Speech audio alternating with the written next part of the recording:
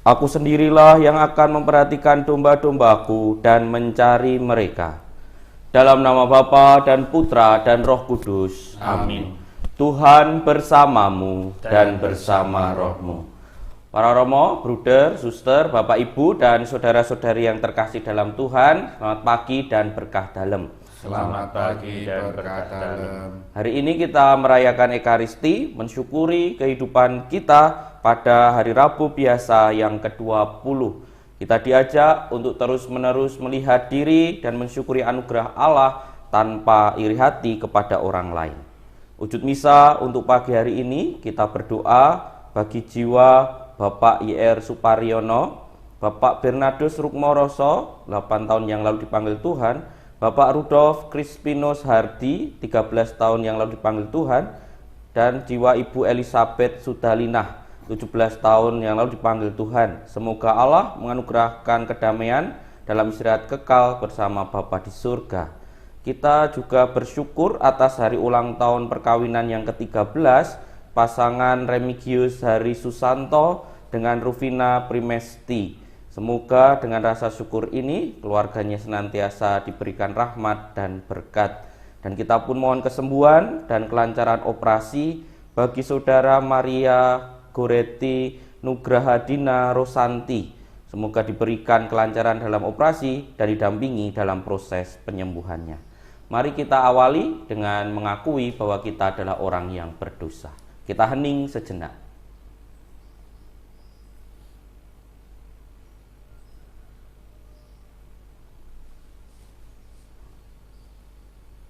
Saya mengaku kepada Allah yang Maha Kuasa dan kepada saudara sekalian bahwa saya telah berdosa dengan pikiran dan perkataan, dengan perbuatan dan kelalaian. Saya berdosa, saya sungguh berdosa. Oleh sebab itu saya mohon kepada Santa Perawan Maria, kepada para malaikat dan orang kudus, dan kepada saudara sekalian, supaya mendoakan saya pada Allah Tuhan kita. Semoga Allah yang Maha Kuasa mengasihani kita, mengampuni dosa-dosa kita, dan mengantar kita ke hidup yang kekal. Amin. Tuhan kasihanilah kami. Tuhan kasihanilah kami. Kristus kasihanilah kami. Kristus kasihanilah kami. Tuhan kasihanilah kami. Tuhan kasihanilah kami. Marilah berdoa. Allah Bapa Gembala segala gembala, berkenanlah mengutus gembala yang sanggup menuntun umat-Mu seturut teladan Yesus Putra-Mu, yang telah mengorbankan hidupnya demi kesejahteraan dan keselamatan domba-dombanya. Demi Yesus Kristus Putra-Mu Tuhan dan pengantara kami, yang hidup dan berkuasa bersama Dikau dan Roh Kudus, Allah kini dan sepanjang segala masa. Amin. Kita dengarkan sabda Tuhan. Pembacaan dari kitab Yehezkiel. Tuhan bersabda kepadaku, hai anak manusia, bernubuatlah melawan gembala-gembala Israel. Bernubuatlah dan katakanlah kepada mereka, beginilah sabda Tuhan Allah, celakalah gembala-gembala Israel yang menggembalakan dirinya sendiri. Bukankah domba-domba yang seharusnya digembalakan oleh para gembala? Kalian menikmati susunya, kalian memakai bulunya untuk membuat pakaian, kalian menyembelih yang gemuk-gemuk, tetapi domba-domba itu sendiri tidak kalian gembalakan. Yang lemah tidak kalian kuatkan, yang sakit tidak kalian obati, yang luka tidak kalian balut, yang tersesat tidak kalian bawa pulang, yang hilang tidak kalian cari, melainkan mereka kalian injak-injak dengan kekerasan dan kekejaman. Dengan demikian mereka tercerai-berai karena gembalanya tidak ada, dan mereka menjadi mangsa segala binatang di hutan. Domba-dombaku tercerai-berai dan tersesat di semua gunung dan di semua bukit yang tinggi. Ya, di seluruh negeri domba-dombaku tercerai-berai. tanpa ada seorang pun yang memperhatikan atau yang mencarinya.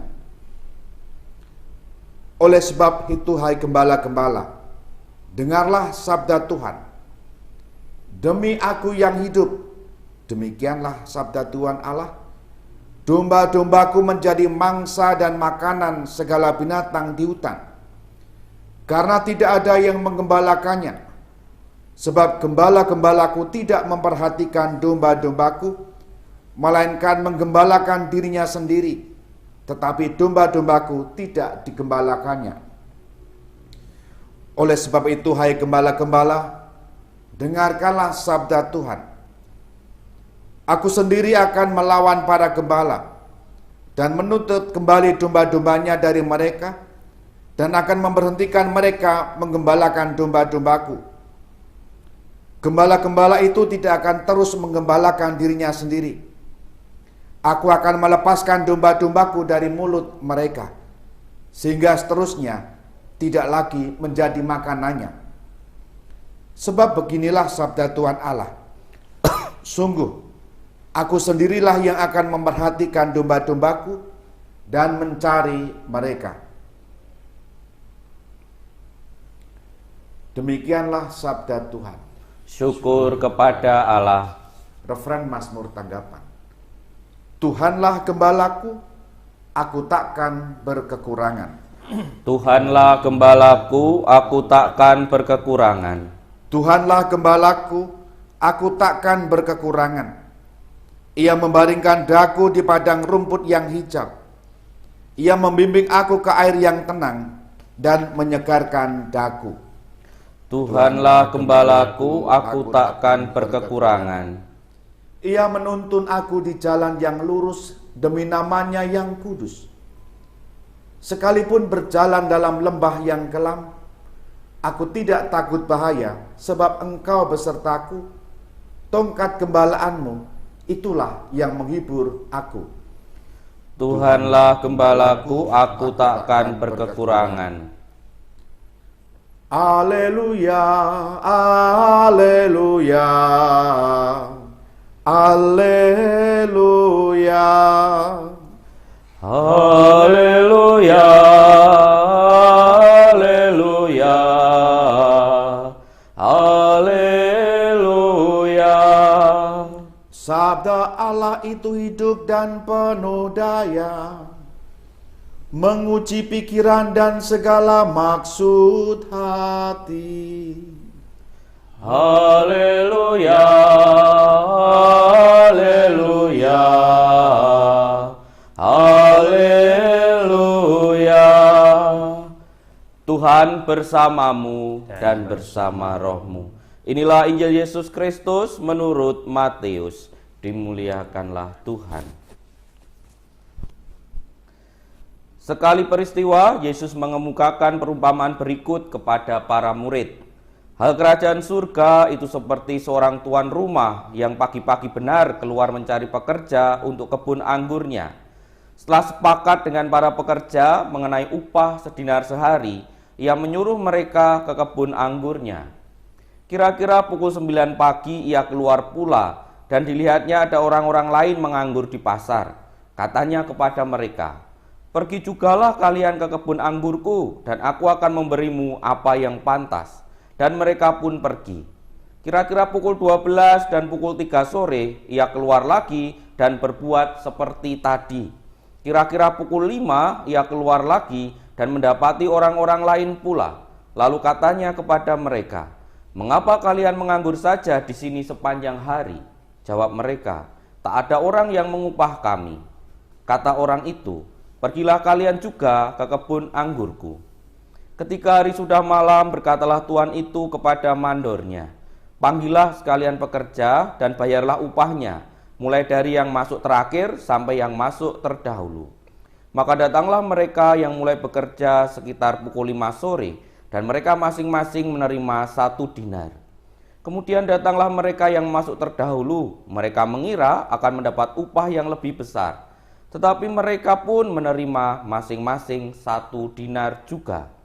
Ketika menerimanya, mereka bersungut-sungut kepada tuan itu, katanya, Mereka yang masuk paling akhir ini hanya bekerja 1 jam, dan engkau menyamakan mereka dengan kami yang sehari suntuk bekerja berat dan menanggung panas terik matahari. Tetapi Tuhan itu menjawab salah seorang dari mereka, Saudara, aku tidak berlaku tak adil terhadapmu. Bukankah kita telah sepakat sedinar sehari? Ambillah bagianmu dan pergilah. Aku mau memberikan kepada orang yang masuk terakhir ini sama seperti kepadamu. Tidakkah aku bebas menggunakan milikku menurut kehendak hatiku? Atau iri hatikah engkau karena aku murah hati? Demikianlah yang terakhir menjadi yang terdahulu, dan yang terdahulu menjadi yang terakhir. Demikianlah Injil Tuhan. Terpujilah Kristus. Para romo, bruder, suster, bapak, ibu, dan saudara-saudari yang terkasih dalam Tuhan, bacaan Injil pada pagi hari ini merupakan sambungan dari Injil kemarin.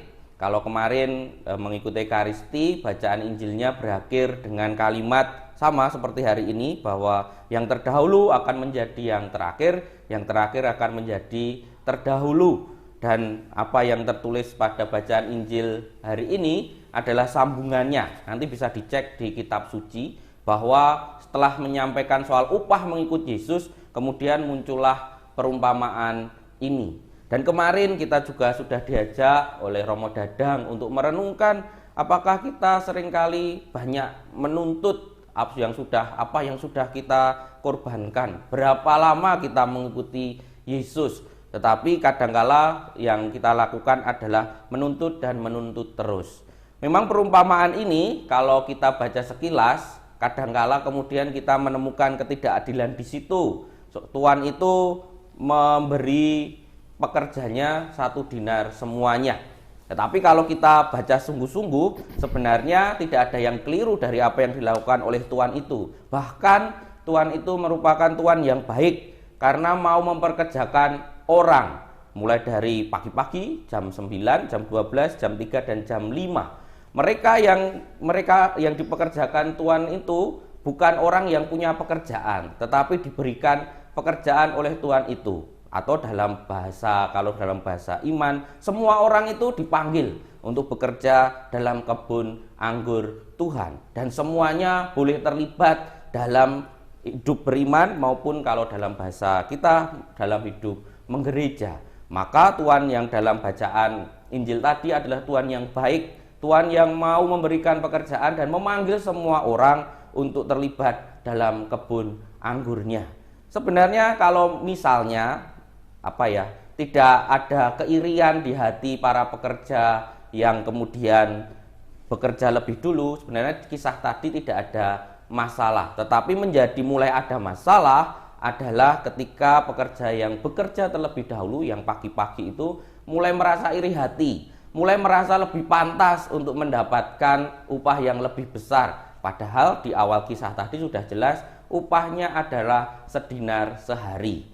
Itulah yang bisa saja terjadi dalam kehidupan orang beriman, merasa lebih pantas dari orang lain, merasa sudah berbuat banyak, merasa sudah ini dan sudah itu. Dan ketika ada orang lain yang mungkin baru saja mulai melayani, mulai muncul rasa-rasa yang tidak senang atau iri dan lain sebagainya.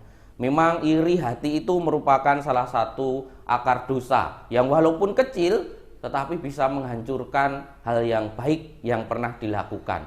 Mungkin kalau dalam kisah yang lain bagaimana Maria dan Marta yang sama-sama melayani Yesus, kedua-duanya baik, ada yang mendengarkan Yesus, ada yang melayani kebutuhan Yesus, mulai hancur ketika salah satu mulai merasa lebih baik daripada yang lain.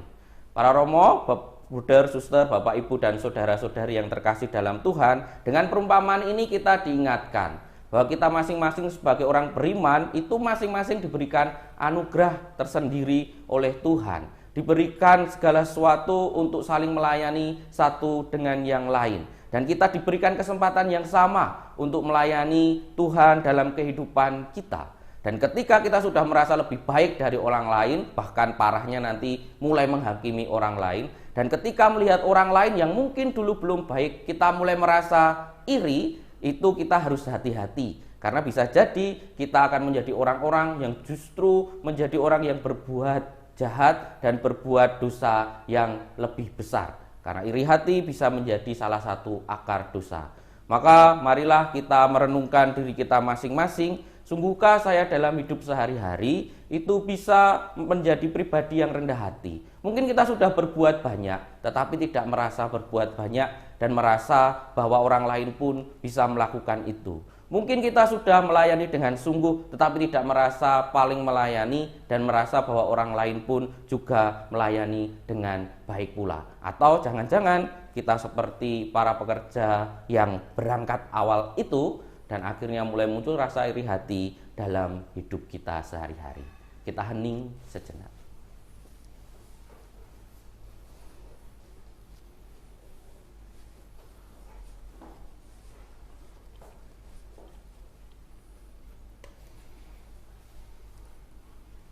Kemuliaan kepada Bapa dan Putra dan Roh Kudus, seperti pada permulaan, sekarang, selalu, dan sepanjang segala abad. Amin.